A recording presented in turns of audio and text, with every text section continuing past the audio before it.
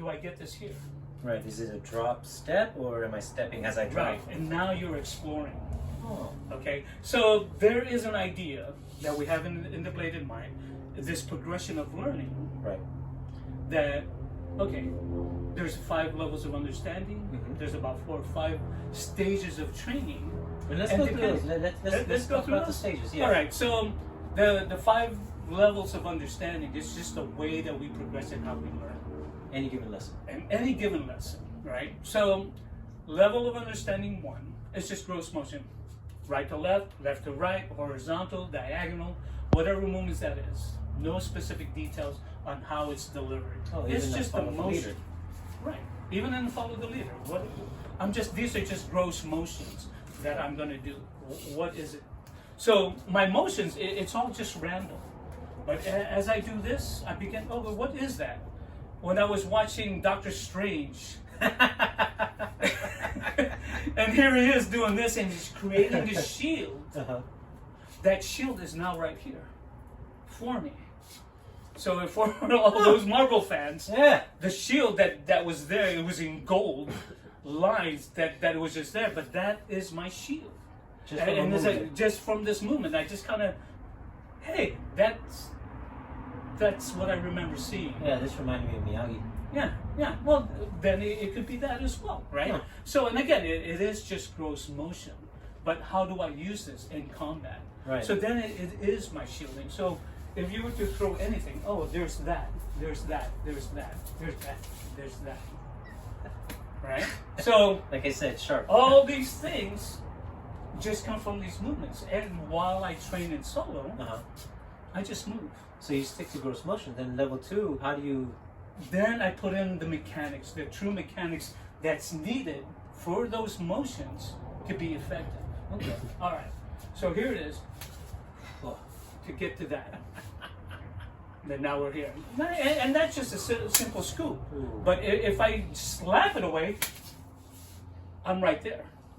But I'm using, again, dynamic tension for just that. Bang.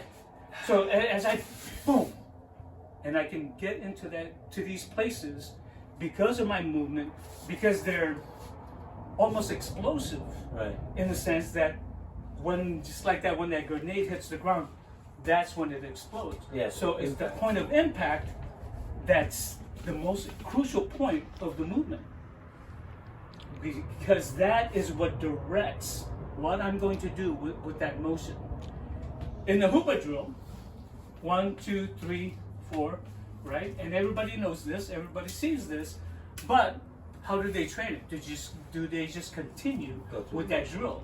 For us here, what we do is at every point of contact, how many different ways can I deal with this punch? So then this would be level 3. It would be our variation. The variation now, Okay. because we went through gross motion, Uh-huh. we added the little details of what I need To make it to effective. make it effective, and now we're looking at variations that from every point of contact, there are endless possibilities, Okay. right? So we'll take a look at just Yeah. this punch alone first. Here, which is maybe I'll slip in, maybe I'll scoop it out, maybe I'll just drop it down, but I know that if I drop here, this is automatically here, right? So how many different ways? 1, I can scoop, I can push at the elbow part, right? Because now I'm actually slipping in, so as it comes back, I'm right here. The point that this point of contact here at the elbow is more effective than over here. Yeah, this just redirects it. This just bends that here, but here there is no bend. That actually pops out this way, right? So It that's does. the better place, right? And as you progress up the arm, again, that's another part of the variation, because it started out here, Right. slowly moved up the arm until it becomes effective. So now I'm right here, and I pop that shoulder, have him turned all the way over this way, for me to follow up with whatever I need to do at that point. So- Again, breaking away from the drill. Right. Right? So is this where the 4 levels of development come into play? Or training? Training. Okay. Stages. Stages of of training. You've gone through the 5. Right. Well, we didn't explain all 5. I got to 3. Right. 4 is just being able to teach. 5 is our own personal Understanding. understanding Okay. for ourselves, Okay. not for anyone else. until it's time for you to give it to somebody else. And then it bleeds into the 4 then. The 4 stages Uh-huh. is really how you should be training at home, Okay. right? Because you understand it. I actually added another stage, What? We got 5 now? exploring, Stages which is of part. training. It's still Oh, okay. part of the variation. Right, right. But again, take time to explore what you know and what you understand before you go to develop it. Developing is the idea of maybe going back to the isometrics and dynamic tension to develop the power that you need, develop the proper stance to create structure. The weight distribution, the Understand those things, but again, automatically you just say, I will never start further than this. right. The And natural this gait. become your natural, as you call it, gait.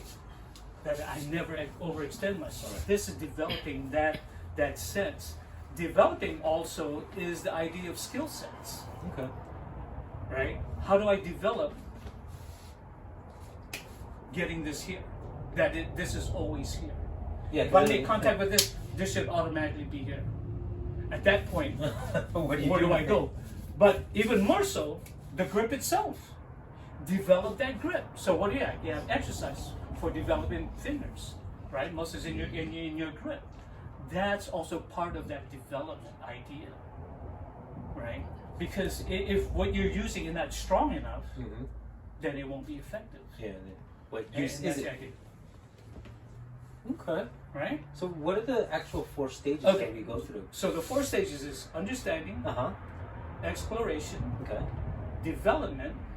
Oh, that's okay. Developing is I think the heart, because developing as we train, that you can understand even just a little, Uh-huh. but whatever little that you did know, develop that So the development is from the mind to the actual. to the actual texture of that grit, that fight that you're trying to develop, The contact. Yeah. the contact, right? All right. So from that point, you're developing, then you go to testing. Ooh. Right. This is the part I like. although Because I the usually prefer- testing part is being able to inject that development into maybe a drill. Okay. All right. So it So- has to be random though? It has to be random. So that is because a prerequisite. It has to be random. everything has to be. Well, that part of it, the testing part is Uh-huh. when can you inject it? Oh. So it almost Right. adds to the exploration part of when can you use it, when can it be, or is it effective? That's what you're testing. Okay. Your testing is what you develop. Is it going to work? So after developing, you want to be able to test it to make sure and inject it in motion that the stuff is going to work, right? Okay. So if we were to do hoop button, right, and we're here, I want to be able to really catch that and really destroy this, and that's the testing part. It is dangerous that it can, and you have to have a lot of control because you're testing to see if it works, but if you don't go through the full motion, Right. You don't know you're if it not does. really going to know. But it has to be injected into this idea that I am going to try to catch that arm and really bring that forward. At this point, now I can decide to do what I want to do to take this apart, right? Here, under the development part, if I don't develop my hand grip, I may not get this figure 4. It may get away from me. So without the Right. development, you can't really do the testing. You can't do it. So that's why when you know that you've developed enough strength, you want to be able to just grab Right. and really decide this. Now, Naeem's not going to give me this arm bar here. Oh, no. Did you guys see that I did that? Because I do that to get to this. Where I place my elbow, that's another idea. Where is that force? It's right on that right there. It's not deep into this. I like to do it right here. It's a different feel, right? It's a different feel from Yeah, this. here I feel like I Then can now adjust, you yeah. actually did. But if it's on top here, you don't feel that at all. At this point, okay, that's where I'm at. And there's the destruction there. I took out the knee, dropped down to the ankle. I did a few more things, Ugh. right? But because I tested this part of it, it gave me all these other things that I can do. And I want to point out, going back to when we started doing the Hubat drill, we didn't go on the first take. Like, I'm not standing here waiting for you, all right, do your technique. You actually caught it in motion as we're moving. And because my elbow is already where it needs to be. And again, practicing these ideas.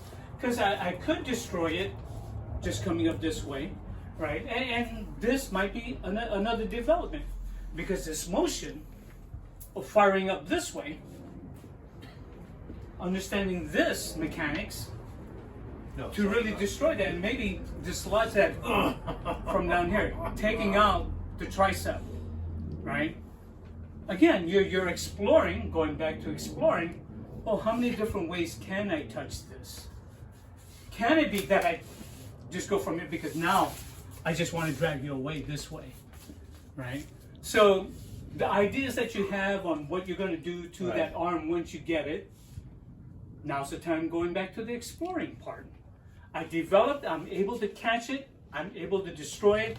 What can I do as a follow-up? So these are elements that are constant, but they're not linear in the sense that they switch depending on what you're doing now. Yes. Now the thing is, even though I practice each one, I don't know what I'm going to get.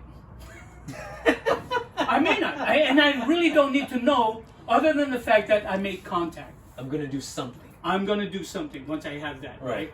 At that moment, am I practicing to be precise that this is what I'm going to use? No. You may change that idea.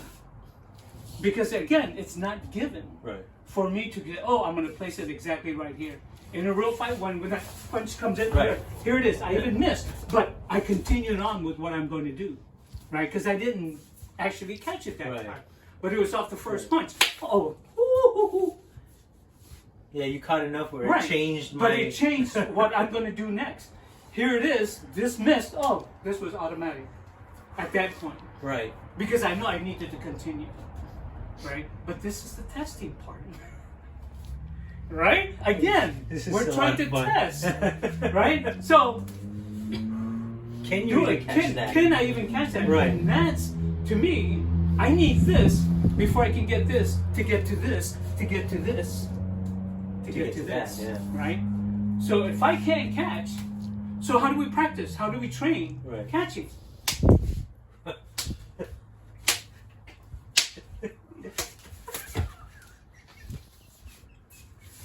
So that's how you train it. I'm not really trying to catch it. I'm just trying to touch it. Can you even touch it first? Can I touch it? Now I'm going in, right? So now I touched it. Can I get my elbow in there? Right, because then it goes back to how automatic is. And how automatic is that? So you create these progressions really in your training, and the initial contact is the first piece, because what comes after that is basically just a follow-up. Yeah, you said something like that in a seminar recently, that the technique is that the initial contact plus the follow-up equals that technique. And based on this explanation, you won't know what that follow-up is until that contact is made.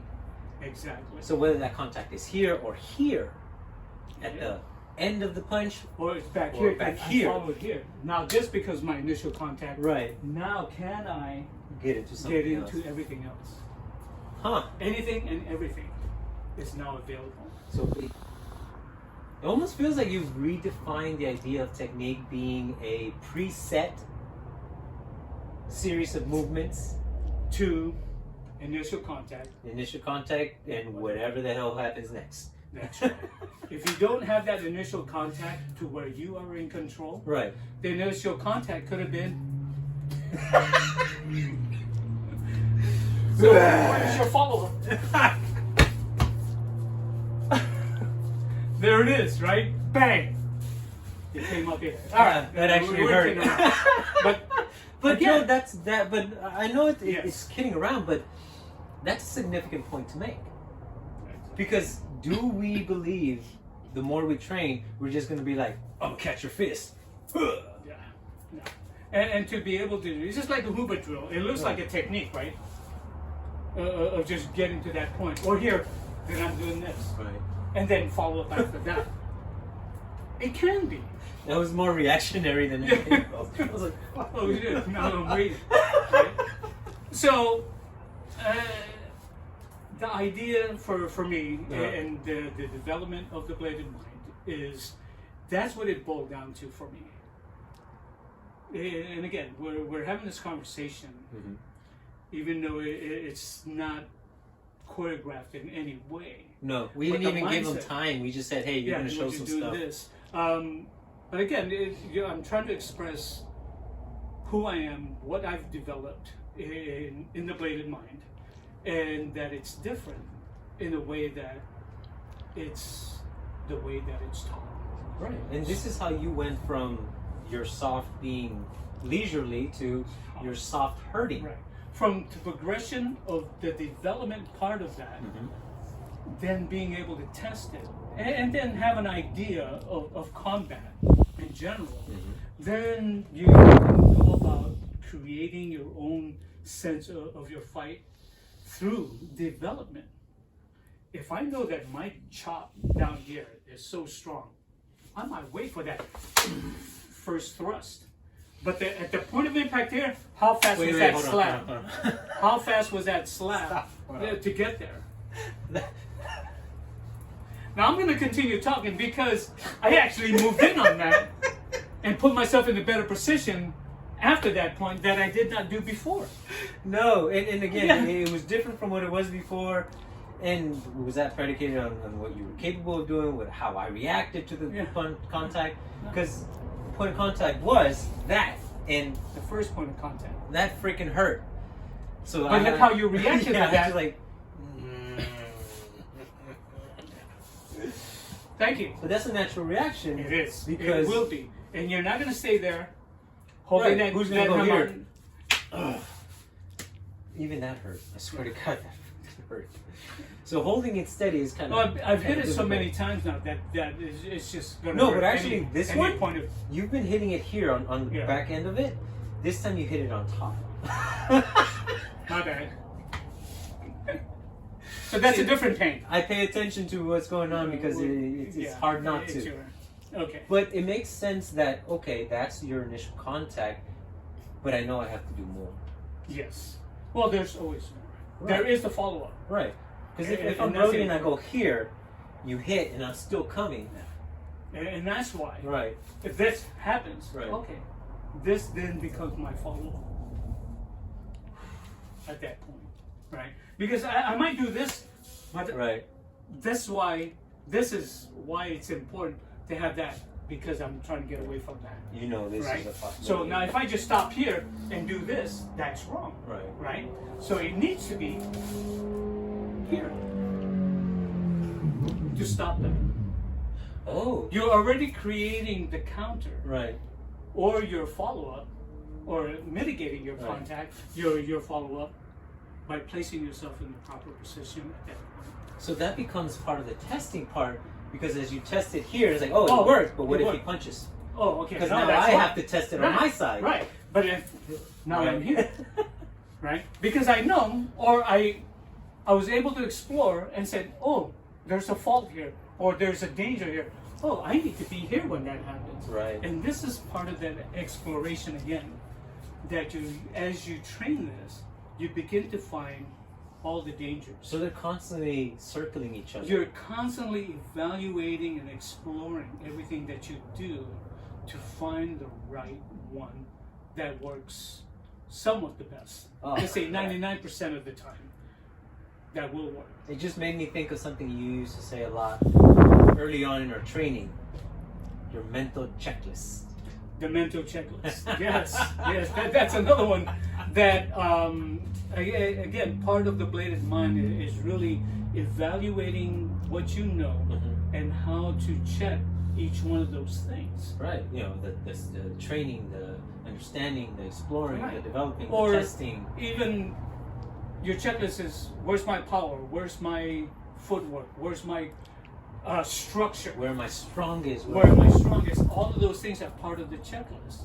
Or targeting. I just want to develop targeting, right? Again, going back to developing. Right. But having the the mindset of exploring that checklist, make sure that I've covered everything. So even in my in training. the Hubat drill with the pieces, as we do them individually, the first part could be, am I even placing things properly? Right. So in this, Right. This initial parry, but then we also talked about, I don't know if we caught that in the beginning, but this initial contact, what could I do with that initial contact? Well, that's what I'm saying though, but you first have to develop the contact. Right. and then you can throw out punches. I just want to touch it. I'm not even trying to catch it. I just want to be able to. Now he's punching me in the face, but I want to be able to just touch it before it gets to me. He's fully extended on every one of those, but I'm right there at that point of it, full extension. Look at the change from here to here. Right, because I did that. And it's actually best when it's fully out, because that becomes a lever. Because then, the it's the leverage of that, right? But if I catch it too soon, it can still move forward. Right? So even it's here. And that's where you begin to catch that. Right? So it is straight on right here. And this is where we like to practice, that we're at least, this far apart. There's breath from getting still, it's there's still danger. Safe-ish. Yeah, but it's kind of safe-ish, as you say. But I know that I'm not going to get hit at this point. I just want to be able to touch it at that point, right? So, and again, just being able to do this to it, then it's the follow-on. But all of these things that I did. And what does it give you on the other side? Right. So you're controlling or you're destroying their structure at that point. So even the way that we go about training, because I've always enjoyed this about the way that we get on students sometimes for doing this, for missing. Right, for missing. Yeah. It's like they want to do it, and I see a lot of people in seminars that automatically miss, and that bugs me. Or you'll see in a video, rolling fist. Right. Oh. Out here. Oh, what? You see that? I've seen this in a video. Oh. So what's wrong with this? I can't hit you. You can't hit me. Right. So should it be done here? Right. To the point that that's fully extended. Still not getting hit. Right? But this is closer. Because all I have to do really is lean forward and go. Right? So if my opponent or my training partner is not paying attention, then he is going to get hit. But we have enough control to do it here and really feel. Right? So this makes more realistic in the sense that I'm within range to make contact. To do it. Yeah. As opposed to training it out here. Yes, you're getting this. If that is the lesson, just to get to this, without danger, what happens when they're here? Because you didn't train it here.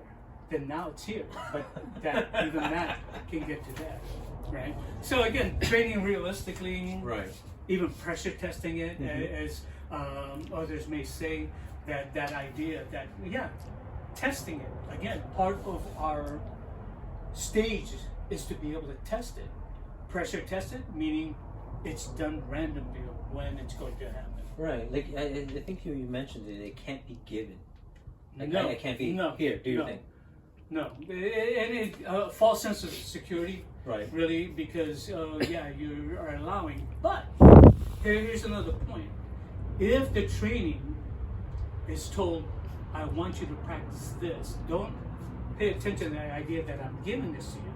I just want you to be able to go through the motion. So the focus for that contact, the focus of the training has to be set first, so that there's no confusion that, this is the way I'm really going to fight. Right. This isn't fighting. This is you learning the movements. The learning. So if it's predicated by that, then I think it's safe to be able to do those things, as long as you say that it's for this purpose. So is that what you do in your classes? You, at the beginning, tell the students, this is what we're doing and this is the reason. This is the lesson. Okay. Right? The lesson is, I just want you to go. The lesson is actually on me. You are just the feeder. You're just giving me what I need. On the opposite side, that as the feeder, this is what I want you to do. And that gives you a different sense of responsibility rather than just Right. holding out here. Because even the idea of, hey, this punch needs to come to my chin. Right here, as opposed to Right. over here. Because this is where it's going to end up. Yeah, you guys definitely brainwashed me to the sense because I'm always going. Just straight. We always focus in. From our very beginning. First class, and for us, is angles 1 and 2 for most of you. 1 and 11 for us. Yeah. But our focus is that forehead. I'm aiming at that forehead. I don't care what the six is. I'm just aiming for the forehead. So, given that responsibility, already dictated, no, this drilling, instead of just crashing sticks, no, it's actually aiming at that forehead.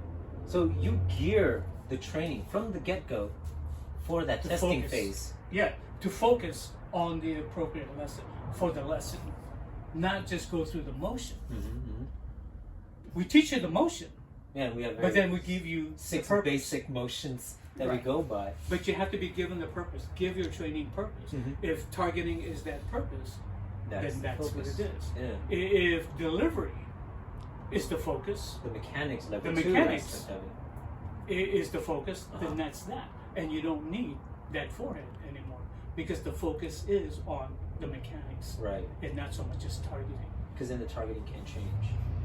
And then eventually, targeting and mechanics become one. Eventually, Right. will become one, and then you just becomes standard practice now. Is I'm always targeting with proper mechanics And everything's connected, everything's developed together. together. Right. The progression then comes. We always talk about our training session. It goes like this, then eventually it shoots up. Right. Because once you get all of the basic understanding in, to include power generation, energy, footwork, mechanics, targeting, once all of those are understood, it's all the same stuff afterwards. Right. It's So just then how the you learning apply them. and how it's applied. But the learning curve becomes steeper this way. Exponential, yeah. Right. Whereas others they're given everything, but have they really perfected everything along the way? Because they're being fed more, they don't have time to Really take really in what was take given in. already. Right. And Huh. really develop part of that. Wow. Right? So again, you have to understand the progression of any student. But if you bring them down to this level and keep them there for the longest time, sure, you might say that is going into, oh, you're just trying to keep students. No. We're understanding the progression of the student. But if they're not The ready, individual student. yeah, for each individual student, Right. then you cannot responsibly go giving them more. Because that idea about teaching of what you know, what the student knows, and what you know about the lesson, I think of it as this pyramid where the student is always on top. They're the biggest circle. Right. What you know about the student is always big because you know what you know, and you know the lesson as well as you do. That's that connecting point. But to get it to the student, you have to have a lot of information on where they're at and how they perceive information. And it feels like the Bladed Mind was designed for that specific purpose. It is. It's really geared towards the student and how they are to take in information. Beautiful. I love it. That information it will go on, so from the mind to the weapon, which is in our salutation now. Yeah. If we look at our salutation, so from the mind to the weapon, with this weapon, do I have respect? Right. Do I respect my weapon that I don't get into a fight? Oh, you don't respect me. my weapon or me, then yes, there will be a fight. That's a little gangster. Rick, do you think it's a little gangster? Yeah. Very much nicer, and I love it Thank because you. that's how I live my All life. right. Not at all. All right. No. Wow, that was some really good stuff there, Danny. I'm really so glad that we had to come out and really highlight and present your Bladed Mind the way you're presenting it. Because we do talk about a lot Yeah, about you. Both. Both. Yeah. Yeah, ish. We talk a lot And and I a lot appreciate about it. him. As long as my name gets out there, I'm happy. That's why he in any watches the form. show. He was like, oh. So, yeah, folks, okay. if you ever want to come out this way to Vallejo, Yes. Thank you you. know, write a message on the comments. Yeah, we'll drop a link for his Facebook and then, get a hold of him and he'll be happy to train you, then get you drunk, then put you on a karaoke stage. That's right. So it's a 3-for-1, all in the same price. Everything's included. Yes. Just low bring a price bottle of Crown. $99.95. Crown Royal special. Crown Royal Special. That's Yeah, right. yeah. If you can Crown go to- Reserve. Reserve. If you can get the one in Canada, even better. Yes. All right. That'll be good. for Here, them. would you mind showing my gym? Oh, of course Pan not. out and Yeah, show Yeah. the So we're facility gonna say a little goodbye, but before we leave, we We'll are take some gonna extra footage. with the special footage of his gym. Yes, we'll put it at the end part of it. So this is the first edition of the year for Kali Conversation with me, Rick, And me, Naeem. and our very special guest, Grandmaster Poobah, Dan. Did I catch you on that one? Yeah. He's like, Take two. Thank you, guys. Dan Ruffles. Again, guys. And, Again. oh, again. wait. 3, 2, 1, cut! Hey, All right, welcome to then. my dojo. Dojo, Miyagi-Do, whatever you want to call it. My little training facility. Right behind over here, got my little tire training idea that the students, as I slash, I can actually thrust here and train that.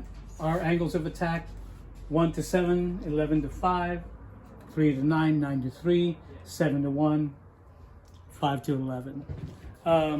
The mirrors, always needed to check out forms and how we do things here. Get that out the way. So there it is. This is the main thing. Got my weapons over there. A few more training knives here along the wall. I got some swords and such. And this is it. And thank you very much. Call me if you want to train or contact. Comment section. Let us know what you thought of our interview today. Thank you very much.